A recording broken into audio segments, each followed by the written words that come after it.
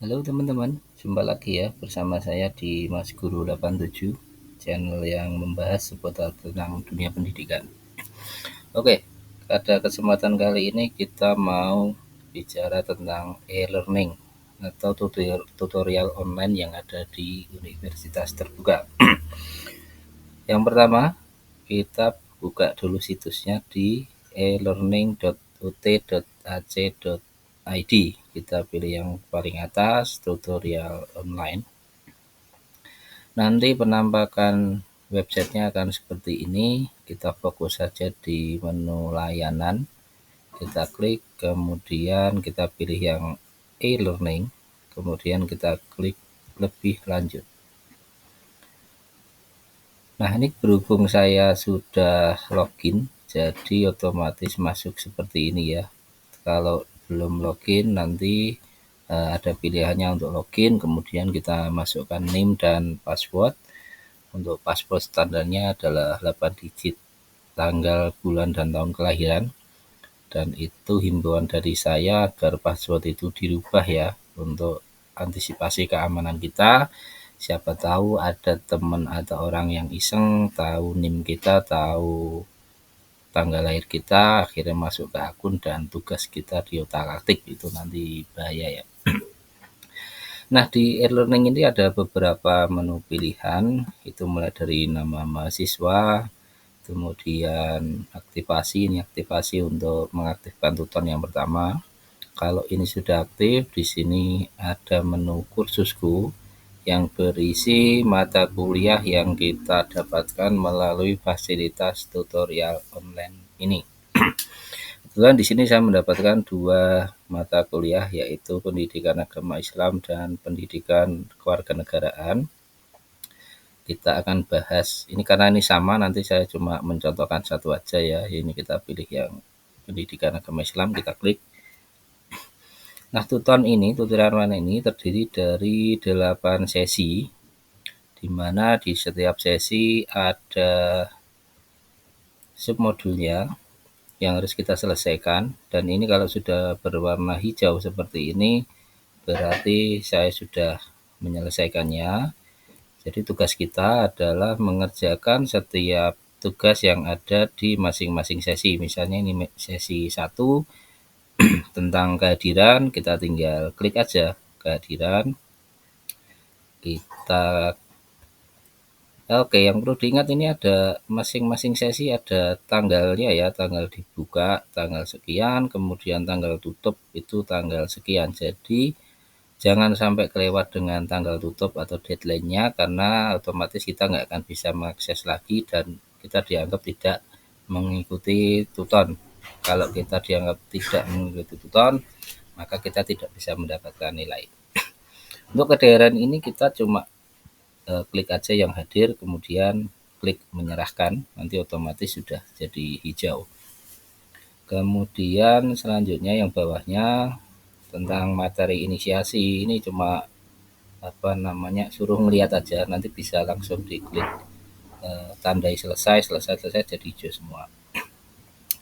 Nah, di dalam e-learning ini sama seperti yang di layar ya, bahwa yang menjadi poin penilaian itu ada 4, yaitu yang pertama absensi kehadiran di setiap sesi itu pasti ada. Ini saya contohkan yang sesi ke-7 ya.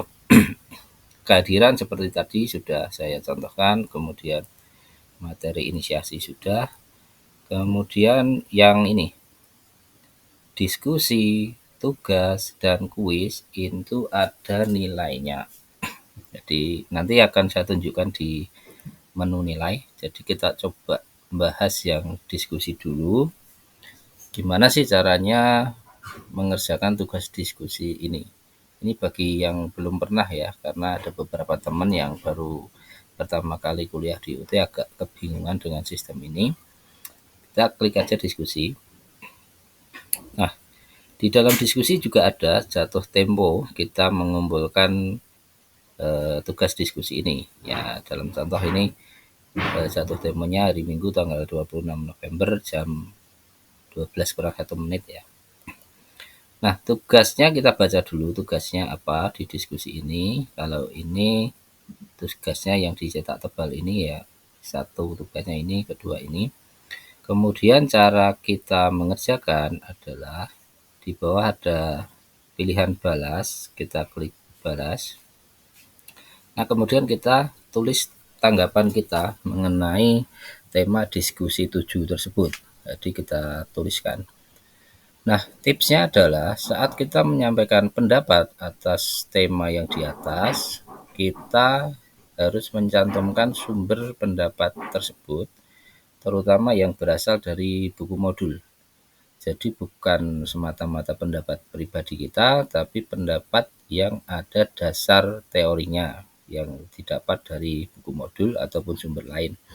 Dan itu dari pengalaman saya itu sangat berbeda sekali ya antara kita menyampaikan pendapat pribadi dan kita menyampaikan pendapat yang ada landasannya, itu nilainya sangat beda sekali. Nanti saat kita sudah selesai menuliskan tanggapan kita, kita klik kirim ke forum. Nanti diskusi teman-teman akan muncul di bawah ini. Sesuai dengan nama NIM-nya ini otomatis muncul seperti ini, terus tanggal di uploadnya kapan itu ada semua. Dan nanti tinggal menunggu tutor untuk penilaian saja. Ini kan sudah mengerjakan, saya klik batal ya. Selanjutnya setelah diskusi, yang menjadi penilaian kedua adalah tugas. Tugas tutorial ini ada di setiap akhir sesi 3, 5, dan 7. Ini contoh untuk tugas ketiga ada di akhir diskusi ke-7 ya. Untuk cara pengerjaannya, pertama kita klik menu tugas 3, kita klik. Kemudian sama seperti yang tadi, ini ada tanggal dibuka, kemudian ada tanggal jatuh tempo, dan ini status pengajuannya karena saya sudah selesai, maka hijau. Nah, kita baca ini apa sih ini tugasnya. Kita baca dulu ya.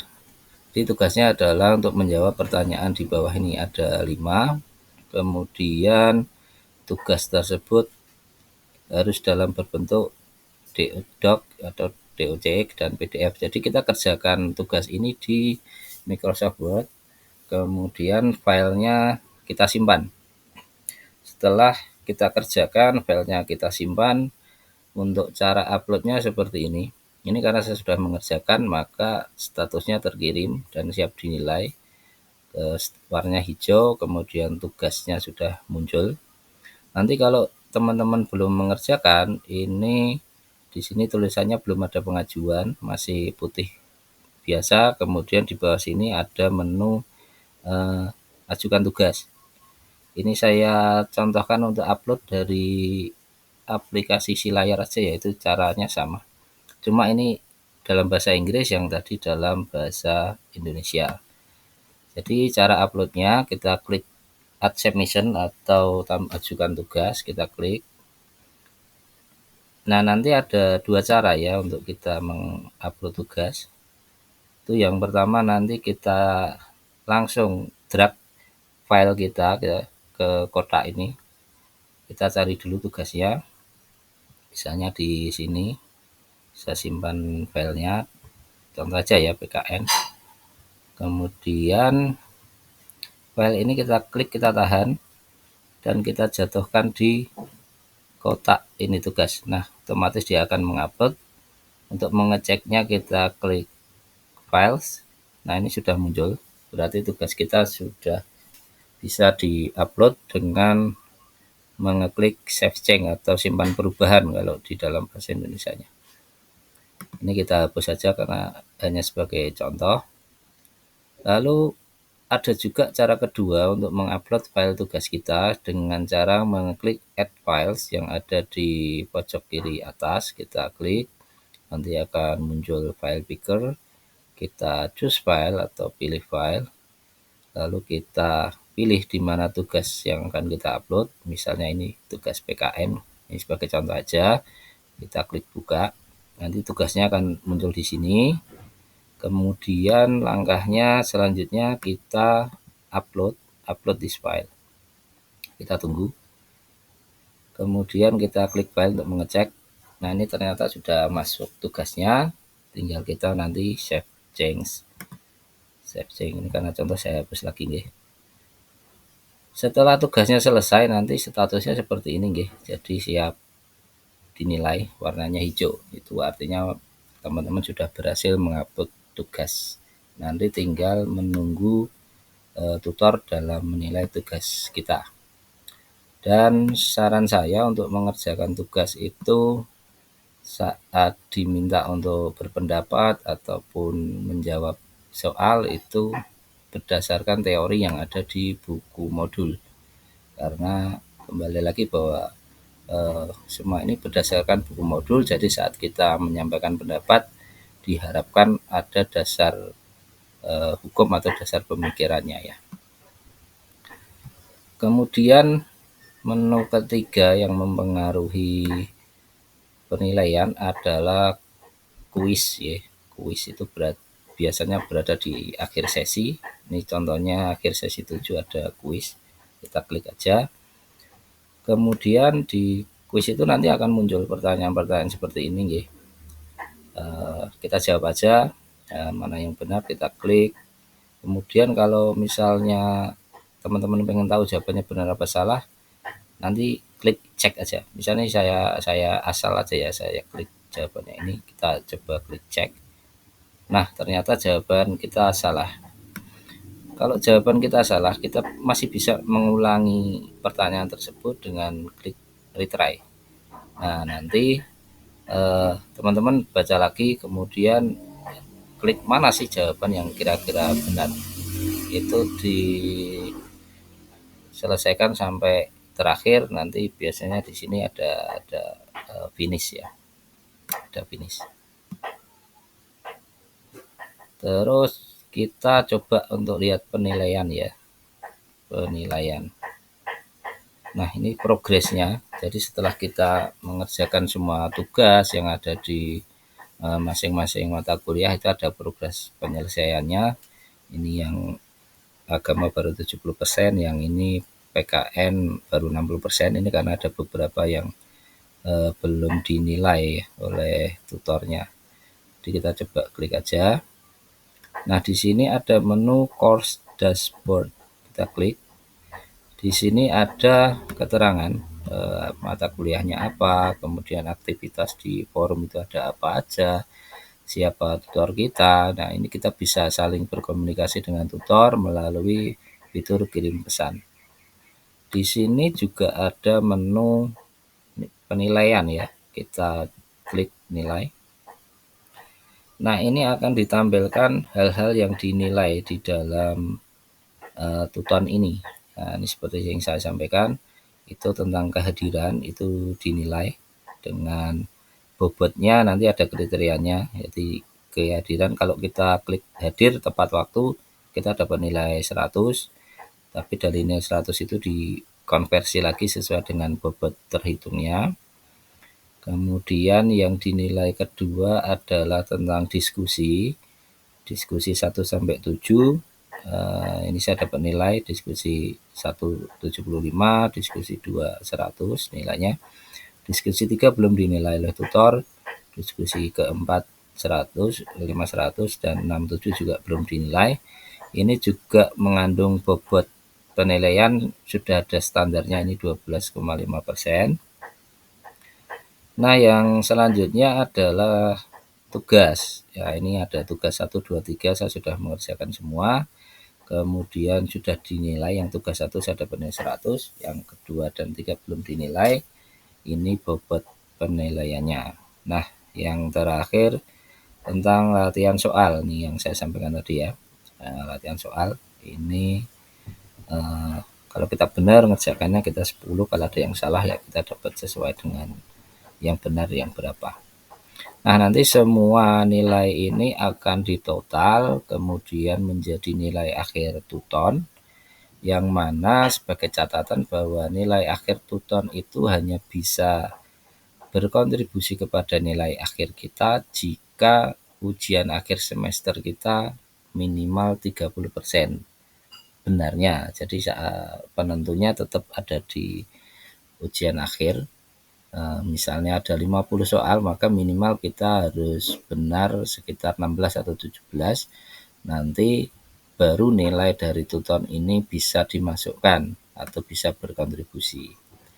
Jadi walaupun nilai tuton kita bagus 100 semua, tapi kalau kita tidak mengikuti ujian akhir atau kita benarnya di bawah 30%, maka nilai tuton ini akan percuma atau tidak bisa masuk ke dalam nilai akhir. Nah, mungkin ya seperti itu yang bisa saya sampaikan tentang cara upload di Tuton e-learning. Nanti jika ada hal yang belum jelas atau perlu ditanyakan, silakan berkomentar di komentar di bawah ini. Demikian, terima kasih dan salam untuk seluruh guru di seluruh Indonesia. Tetap semangat.